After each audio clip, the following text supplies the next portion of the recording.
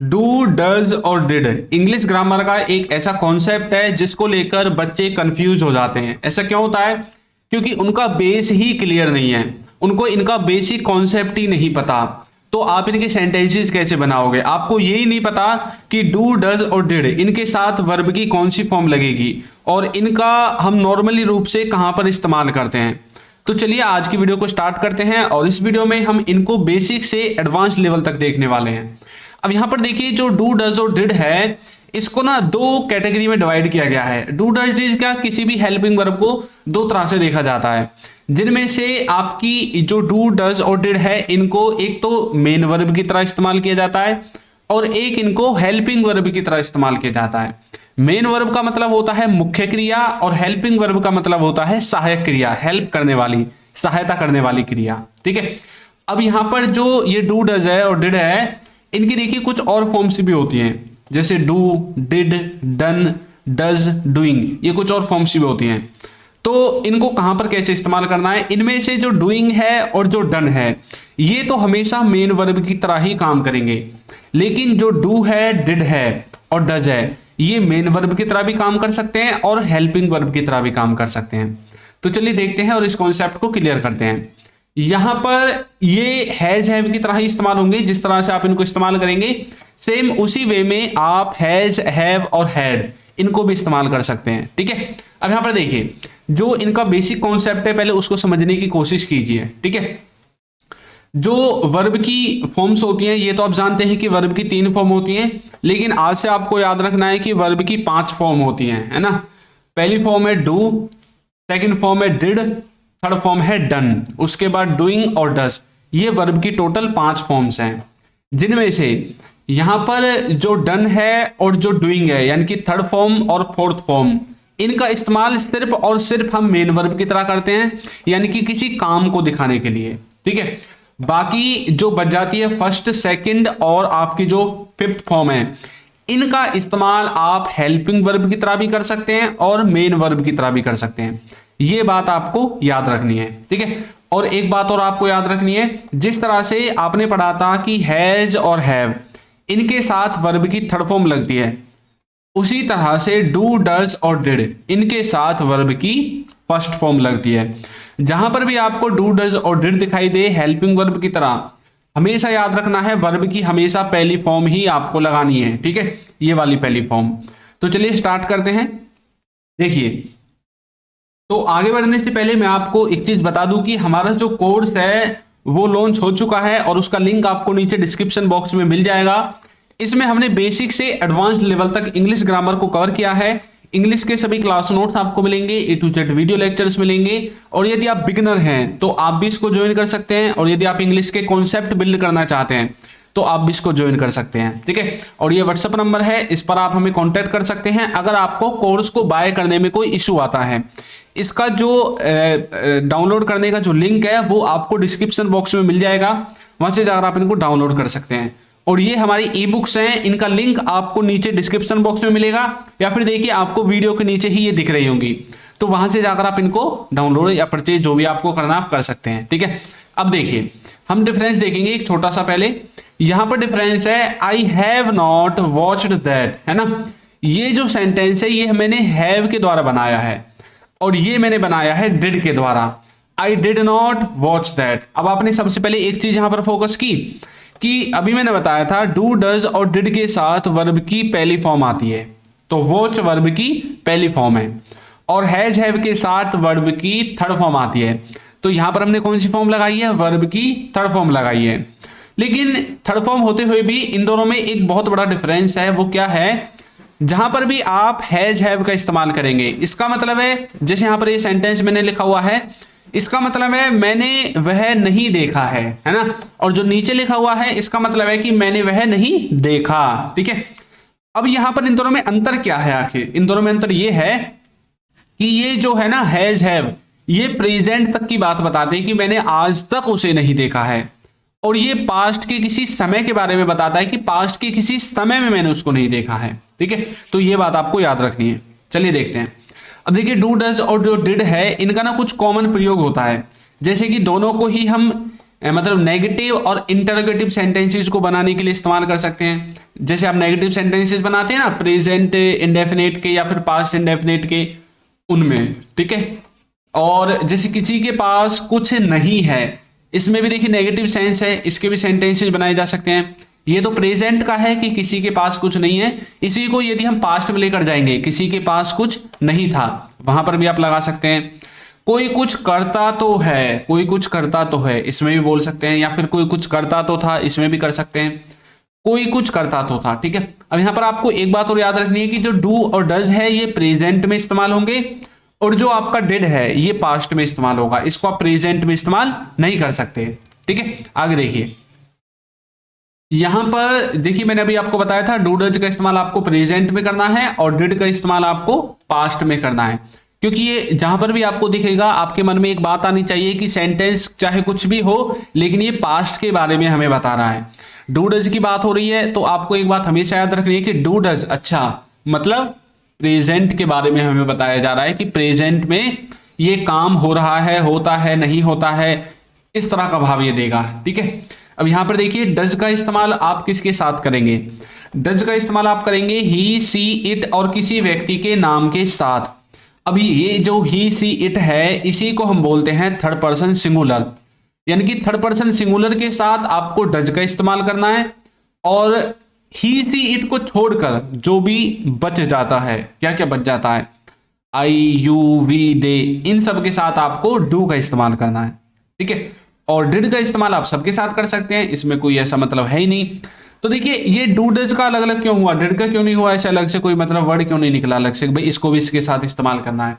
ऐसा इसलिए हुआ कि डू और डज दोनों एक ही टेंस में यूज होते हैं, एक ही सेंटेंस में यूज हो सकते हैं, लेकिन यहाँ पर इन दोनों में जो कंपेरिजन है उसके द्वारा ये ऐसा हुआ है। लेकिन इसमें तो ऐसा कुछ है ही नहीं ना, ये तो अकेला है, ये किससे कंपटीशन करेगा, कोई कंपटीशन नहीं है इसका, इन दोनों का आपस में कंपटीशन है, भैया मैं इसके साथ चलूंगा, तुम इनको छोड़कर जो बच जाते हैं उनके साथ चलो, है ना।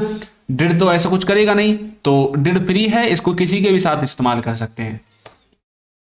डू डज का जो मोस्टली इस्तेमाल हम करते हैं वो करते हैं प्रेजेंट के इंडेफिनिट में, और जो आपके सिंपल सेंटेंसेस होते हैं उनको बनाने के लिए। इसी तरह से डिड का इस्तेमाल हम करेंगे पास्ट के इंडेफिनिट में, और जो पास्ट के सिंपल सेंटेंसेस होते हैं उनको बनाने में। तो आपने देखा डिड का इस्तेमाल हमेशा पास्ट में ही होगा और डू डज का प्रेजेंट में, ठीक है। चलिए एक छोटा सा सबसे पहले एक मतलब रूल देखते हैं कि यदि आपको डू और डज इनके साथ हैव लगा दिखाई दे तो इसका क्या मतलब है।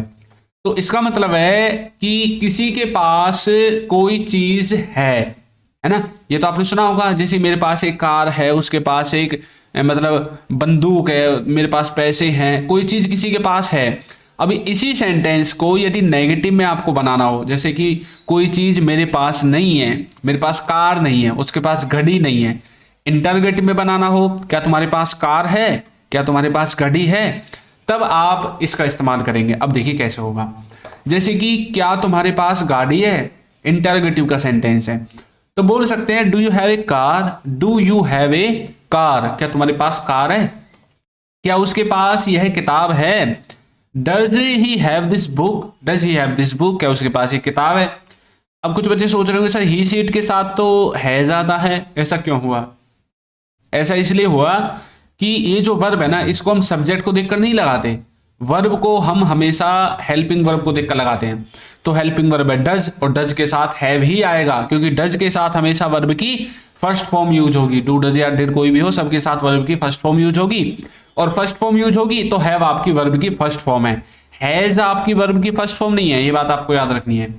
क्या तुम्हारे भाई हैं, तो मैं बोल सकता हूं do you have a brother, do you have a brother.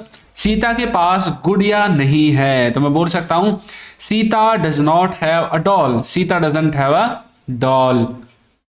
उसके पास कार नहीं है, तो मैं बोल सकता हूं he doesn't have a car, he does not have a car, या he doesn't have a car. तो इस तरह से डू डज के साथ जब आप हैव लगाओगे तो आपको किसी के पास कोई चीज नहीं है, नेगेटिव सेंटेंस बनाना है, या फिर इंटरोगेटिव यानी कि प्रश्नवाचक वाला वाक्य बनाना है। आगे देखिए, डू डज को आपने अभी देखा था कि हम इसको नेगेटिव और इंटरोगेटिव में इस्तेमाल करते हैं, है ना। और देखिए इसका जो स्ट्रक्चर है एक बार उसको देख लीजिए। अभी आप सोच रहे होंगे सर यहाँ पर सेंटेंस कैसे बन गए, स्ट्रक्चर का कैसे पता चलेगा, है ना।